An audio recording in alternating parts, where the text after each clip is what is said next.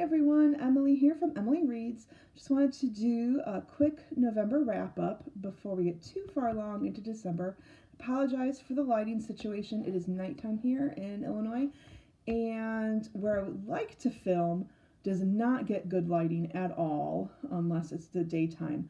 So I'm up in my office and the light's on, and I have a glass frame directly behind me, so I'm trying to block it so that way we don't get a glare. But this month I did not read as much as I thought I was going to. I originally had 5 books planned. Sorry, that was my reading journal there. I read 4, 2 of which I did not originally have planned. So I did not read Children of Blood and Bone, which I will read this month in December, simply because it's one of 3 books left that I have in the Pop Sugar Reading Challenge, and I have never finished a Pop Sugar Reading Challenge. So I will be reading Children of Blood and Bone this month because I will be finishing the challenge for the first time ever. And then I also did not read Fool's Errand by Robin Hobb. I so desperately want to read it. I'll probably read it in January. It is a challenge book for a new challenge that I'll be doing for 2020. But The Eye of the World took over the second half of November, and it took me longer to read, so those 2 books ended up being cut. So that being said, the first book I read in November was The Clockmakers Daughter by Kate Morton, and I read this as part of the genre hybrid for the Pop Sugar Reading Challenge for 2021. And this book is part historical fiction, part mystery, and it really is, it's a story of a woman, Eloise, I can't remember her name, Elodie. She is an archivist, and at her work she gets a satchel. Inside the satchel is a sketchbook and then also a portrait of the sketchbook is an artist named Edward Radcliffe, and the portrait is that of a woman whom there really isn't any record of. And so she tries to discover who is this woman and how is she linked to Edward Radcliffe, who was a famous artist during the Victorian times.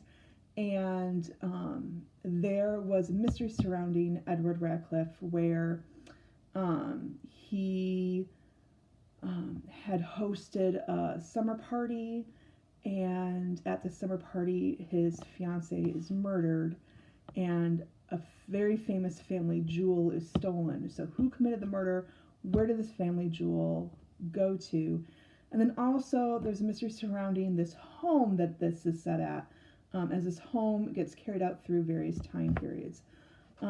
It's really hard to capture this book into words.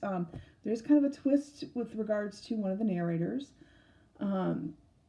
It started off a little slow, but I felt like it quickly picked up. The twist to the narrator I figured out right away. This book is very beautifully written. I thought it really captured there's just a lot of sense of loss in this book, and just a heartache of loss and place, like not only just loss of people but loss of innocence and of place and where is home. I really enjoyed it. I gave it 4 out of 5 stars. The next book I read was Mistborn by Brandon Sanderson. You can see how much I tabbed. The colors mean nothing. I know some people, when they annotate books, colors mean different things. For me, I just tabbed what I thought was important. To me, trying to color code, that's too much for me to keep track of. But this book I gave 4.75 out of 5 stars. I loved this book. So this book is basically the bad guy one. And so the Lord Ruler He won, and he's been ruling the land for 1,000 years.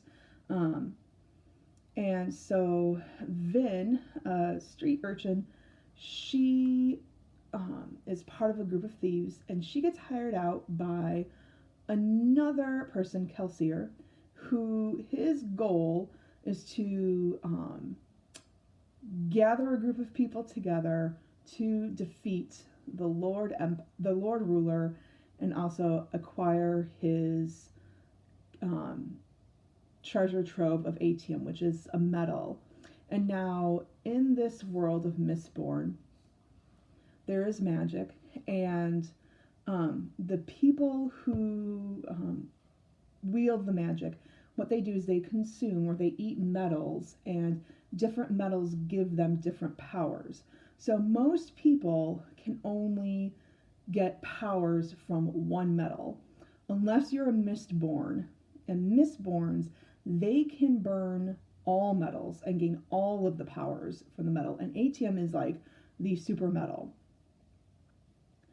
So she gets hired by Kelsier to try to work together to defeat the Lord Ruler. I really loved this book. It was a fast read. Like, yes, he builds um, a complex magic system. There's lots of complex rules to it, but he explains it very well. The story is a fast-paced story, and I've read so much that, like, it takes a lot for me to really be moved by something in a book. I actually cried during this book. Like, and for that to happen, that means it has to be well written. So that's why I gave it 4.75 stars, was just what that is. But there are a couple of things that I had questions on, which why it didn't give it 5 stars. But I'm looking forward to reading the next novel. I've actually started The Well of Ascension. I started this book because another booktuber, Sarah Reads, she announced on her Discord that she was going to be doing this. So I read this. This started like the second week of November, and now December 1st, Well of Ascension has started. And I need to put some mileage in on that book. I'm not as far along as I want to be. The next book I read, and I read this, I've been reading this for several weeks now. I was part of a book study at work. I'm a teacher, and this book is Culturally Responsive Teaching and the Brain, Promoting Authentic Engagement and Rigor Among Culturally and Linguistically Diverse Students. It's by Zaretta Hammond. And I enjoyed this book. What I enjoyed more about this book was being able to meet with colleagues from different schools in my district and get together and discuss with them like what we're learning. But it is good. The beginning is more like, here's the theory, here's why it's important to teach in a culturally diverse manner, just to help reach all of your students as a teacher, and how we don't realize, like, by not tapping into how other cultures learn new things, how that really is damaging people from other cultures. And then the last portion of the book, like the last couple of chapters, is more like, here's now practically how you can implement this. It was good. I'm more of a person, like, theoretical stuff, I'm like, I don't really care for it. So, like, the beginning part was just kind of like, all right, great, but, like, what can I do? Like, give me something that I can do and use in my classroom. The last part gave me something that I can do. And so I'm hoping maybe over winter break to, like, pull that out and look at it again, and see, like, how might I use this in my classroom. Right now, it's all about prepping students for finals. That's what I got to do. So, but hopefully I can take some of this and use it in my classroom next semester. And then the last book was The Beast, Eye of the World by Robert Jordan. And I read this because the first 4 episodes on Amazon Prime have dropped, and I needed to read it. I have not read The Great Hunt, which I know season 1 is a combination of The Eye of the World and The Great Hunt. I have not read The Great Hunt yet, but I just went ahead and watched all 4 episodes. I gave this 3.75 out of 5 stars. I don't know. I think that actually might be a little high.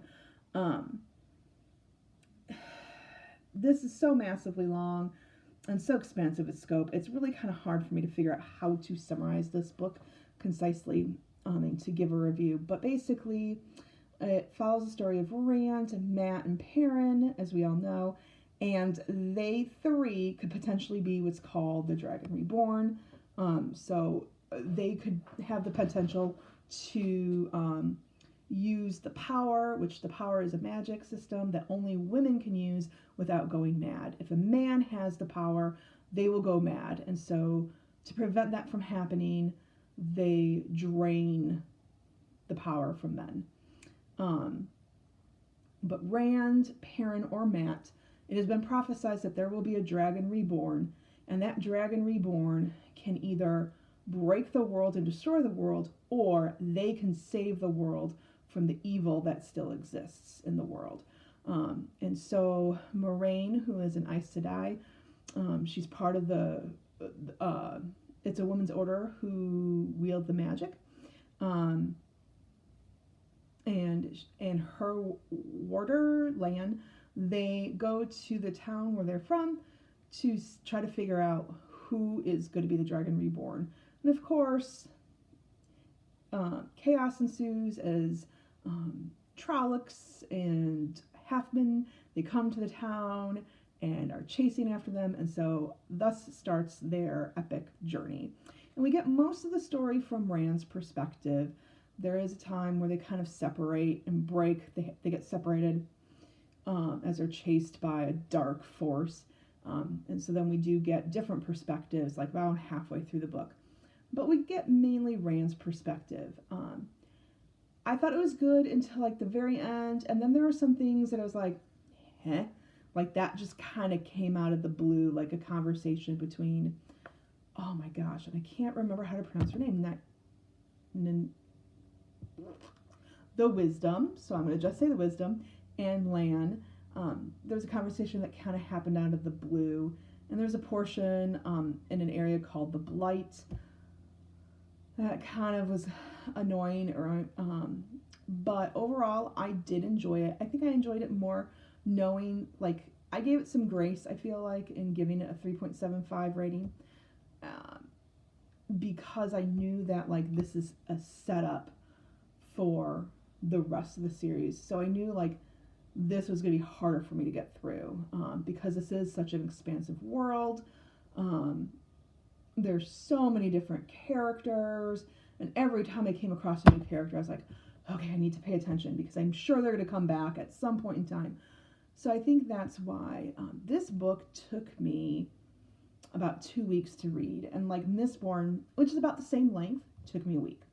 So I think the reason why this took me longer was just it's such a bigger world and so many more different characters and so many different names trying to keep track of everything. And finally, I just had to realize, like, I'm not going to remember everything. It's okay. That's why when I read book 2 or book 3, if I forget something, I can just go and Google and find a summary of the Eye of the World, and it will be okay. But again, I enjoyed it. I'm also really enjoying the TV series. I know a lot of people don't like some of the changes that the TV series has. However, I feel like the backstory that we have when it comes to Matt, I'm really enjoying how he interacted with his family, especially with his sisters. Like, Matt in this book, I was just like, you're an irritating dude, and you're irritating the entire time. From the moment I meet you, even until we discover something about why he's so irritating, he was just irritating, and I was just like, this is just Matt being Matt. Whereas in the TV show, he is just really likable, and I'm so disappointed that the actor who is playing him is not coming back for season 2. Like, I think the actor who's playing Matt is doing a fantastic job. Um, I do think that um, some of the character development in this show, like, you see different sides of the character that you don't see in the book. Um, and I'm enjoying it. And I know some people don't like that, but they're also trying to condense. And I tell people when I comment on things on YouTube, it's like, you have to remember they are condensing a 14 book series, and there's actually 15 if you count the prequel. They are condensing a 15 book series, and each book is about like 100 pages long, and they're condensing that into a TV show. Like, that, you have to make changes. It's gonna happen. And so normally I am very much a purist of like, oh my gosh, you cannot make changes. It has to stay the same. But with this, I'm going, okay, like, they're making changes, but are they keeping true to what I read in this book? So far, the first 2 episodes, I would say yes. The second 2 episodes, I don't know. I haven't read The Great Hunt, but I'm going to tell you, the White Cloaks are the creepiest things I have ever seen. The White Cloaks, we meet the White Cloaks in this book, and I'm just like, okay, they're bad. Like, we got to watch out for them, okay. But in the TV series, it's like, whoa, like, they are creepy. You've got to stay away from them. So I do appreciate those things. I hope that we get more of this series. I hope that we get more seasons. It irritates the snot out of me that people are comparing it to Game of Thrones. It is not Game of Thrones. Game of Thrones is a very distinctly different type of fantasy than Wheel of Time, and I think we are forgetting that. And people who are comparing it to Game of Thrones are forgetting that. So those are my thoughts. That's my little rant there about Wheel of Time. That's my November wrap up. I hope that you enjoyed reading your books in November. I'm excited about my December TBR. I actually kind of changed it up since I filmed my last wrap up. My big December TBR, I realized I might not have enough time for everything, even with 2 weeks off because of of winter break from school.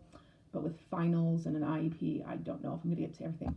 So here's my December TBR that I made in my reading journal. So my December TBR, I'm planning on reading The Book of the Dun Cow, Cues for Corey, and Children of Blood and Bone. And those are the 3 books that I need to finish for the Pop Sugar Reading Challenge. The Well of Ascension, which I've already started, and that's going to be part of, I'm following along with Sarah Reed's Discord on that. And then I have 2 holiday romances, In the Holidays and The Holiday Swap, and then The Love Hypothesis I'm hoping to read.